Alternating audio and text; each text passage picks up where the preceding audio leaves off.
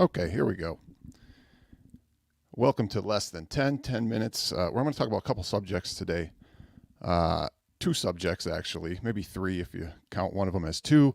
We're going to talk about company execs belonging in chat rooms, okay? And I'll describe that a little bit more. And I did put up a poll.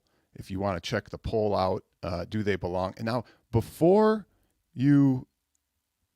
you vote, because I know people are going to read it carefully. Not do they belong in there meaning they can come and show up and be in the chat without commenting. Do they belong commenting in industry forum chats on streams and maybe in other areas, okay? Do they really belong in there commenting? I'm not saying do they belong in, on a show, meaning interviewed and that such. Do they belong in a generic community stream, right?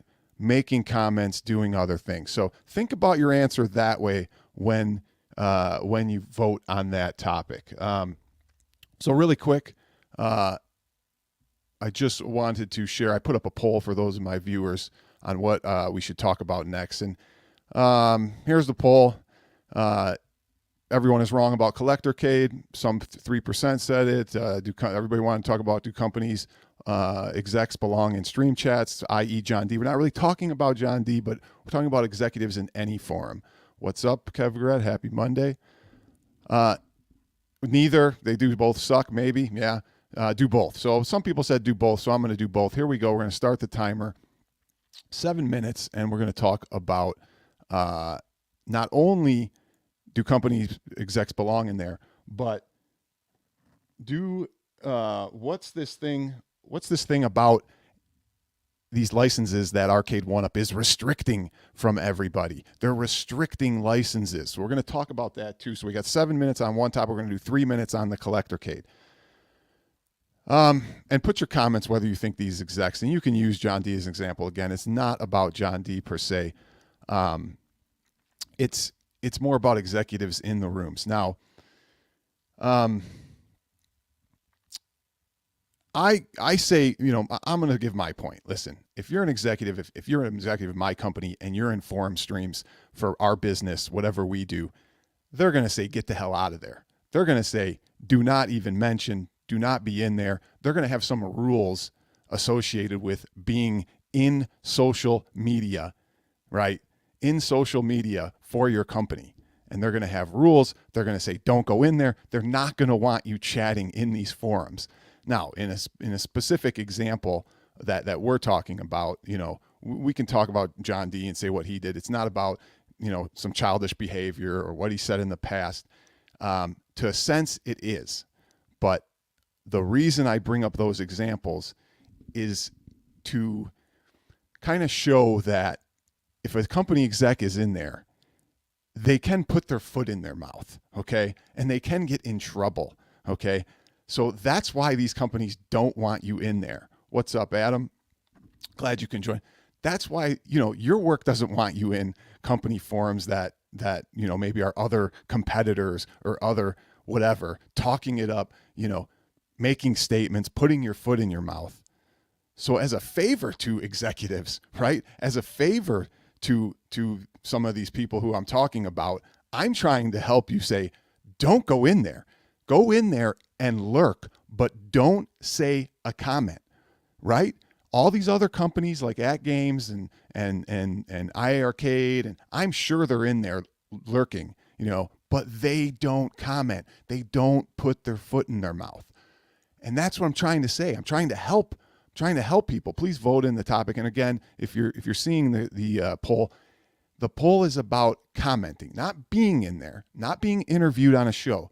Should you be commenting as a high-level executive for your company in these types of streams and chats? Should you be commenting? Okay, we can talk about, going in there lying, about, there's no sales and trying to get your consumers to buy at full price and opening your mouth. And then a sale goes on 2 days later and The Simpsons is on sale for $200. That just doesn't look good. And that's what I'm trying to prevent. I'm actually trying to help, these executives, these people, and say, stay out of them. Do yourself a favor. Okay? Just stay out of them. And here's a good point. It disrupts the host. I'll use John D because I got to use an example. He was in an II Arcade stream. The whole stream was about II Arcade. The whole stream. And he runs in there and he derails the whole show. The whole show got derailed. And for what purpose, it doesn't matter. But the show was about II Arcade. Here comes an Arcade 1-Up senior executive derailing the whole show once they get in there. The people who own these shows and run these shows, the friends of these executives that talk to them, you should be doing your friend a favor and saying, stay out, don't comment, okay? It's in your best interest not to comment, okay? It's in your best interest. So let's take a look at the poll real quick. Where is that poll? Right here. Looks like 62% say yes, go ahead and comment, and 38% say no. I say you're nuts. My company would laugh at you. They'd be like, you're not going into random forums as a senior level executive and start chatting with the people and making statements. They would say, no way. You would have to run it through them, and you have to say, what's the show? And if you're an interviewee, it's completely different, but not just jumping into chat rooms. I think this is ridiculous. So this is just, and I'm trying to help some of these people. I'm trying to help them and say, get out of there. It's only in your best interest. But if you don't want to listen, if you guys want to hurt that person and keep them from having them put their foot in their mouth multiple times, then keep inviting them back, and this will continue to happen. CT Jasons agrees. The Arcade 1-Up community loves John D. He doesn't look bad to us at all, man. All right. That's understandable, I guess. Is it though he lies to you all the time and he called you drug dealers or drug addicts and all that stuff. But hey, and he's in there making slurs and slants and berating people in chat. Why? You can argue how, but it shouldn't happen. He just shouldn't be in there. Okay, let's talk about really quick. I only got a little bit of time to talk about this anti-consumer. So there's rumors that Arcade 1-Up restricts Sega licenses or some licenses from other users. And my plight here is everybody brings them in, and here comes this senior level executive bragging about having the control over these licenses, which screws the community over, and everybody just accepts it. They just accept that this anti-consumer, that you stuck it to us, man. You're not going to release these titles, but hey, we love you anyway. Come on and join us. The people who do these shows should be like, WTF, John D. Why are you restricting licenses for the community as a whole? Why is this happening? Why would you do that and then come and brag about it and boast about it? You should be sticking it in his face saying, I understand it's business. I understand. And business is business, but there's no benefit to the community here. And you're sitting in here bragging about it when it's complete anti-consumer and anti-community. But hey, come on, let's all sing Kumbaya for Arcade 1-Up. Thanks for kicking us in the nuts, and come on in here and let's all be happy about it. I understand businesses do things like car companies send, close their factories, move them overseas or to Mexico, and it's for business purposes, and nobody likes that, right? And they have a business reason: save costs, whether you believe it or not, cut costs, save money for the consumer, do all that. But here comes Arcade 1-Up boasting about restricting licenses and forums. And everybody sits there and goes, oh, yeah, they got the license. That's cool. Everything's okay.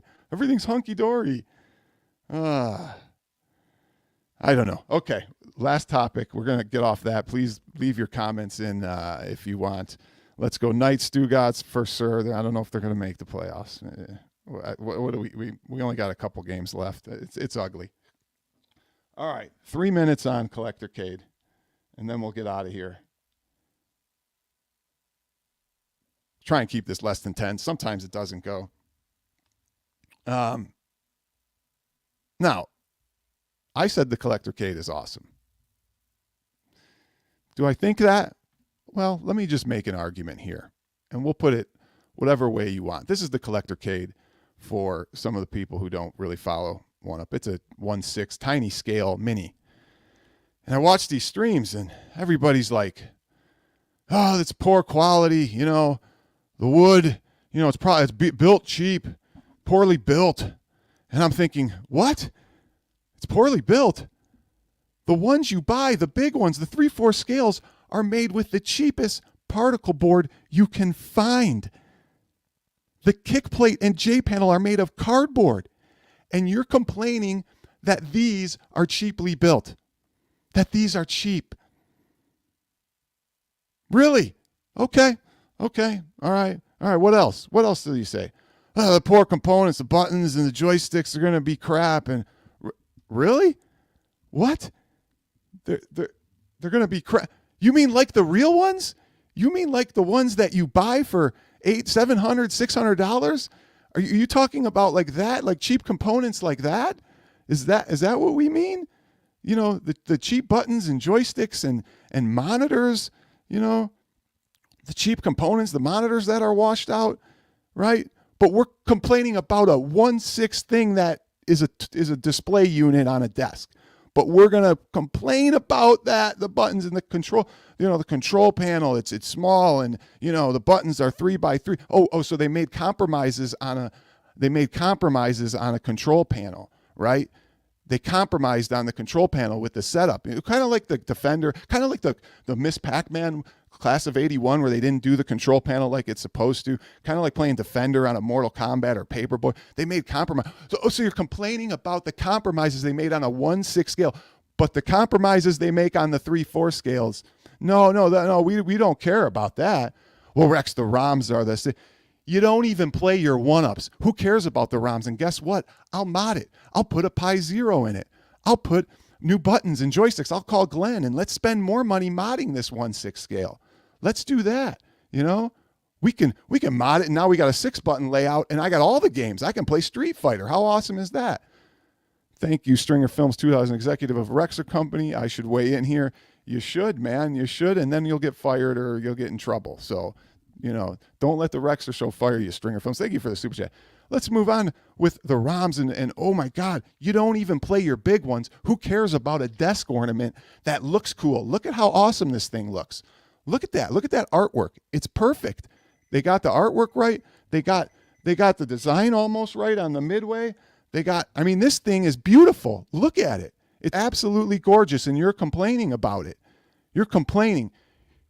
You care about the quality on these small arcades that you will never play, but you don't care about the quality on the 3/4 scale arcade scale products that you buy for hundreds and hundreds of dollars. Chew on that for a little bit, you Arcade 1-Up fanboys. This is over. Thanks for joining. Leave a comment. Later.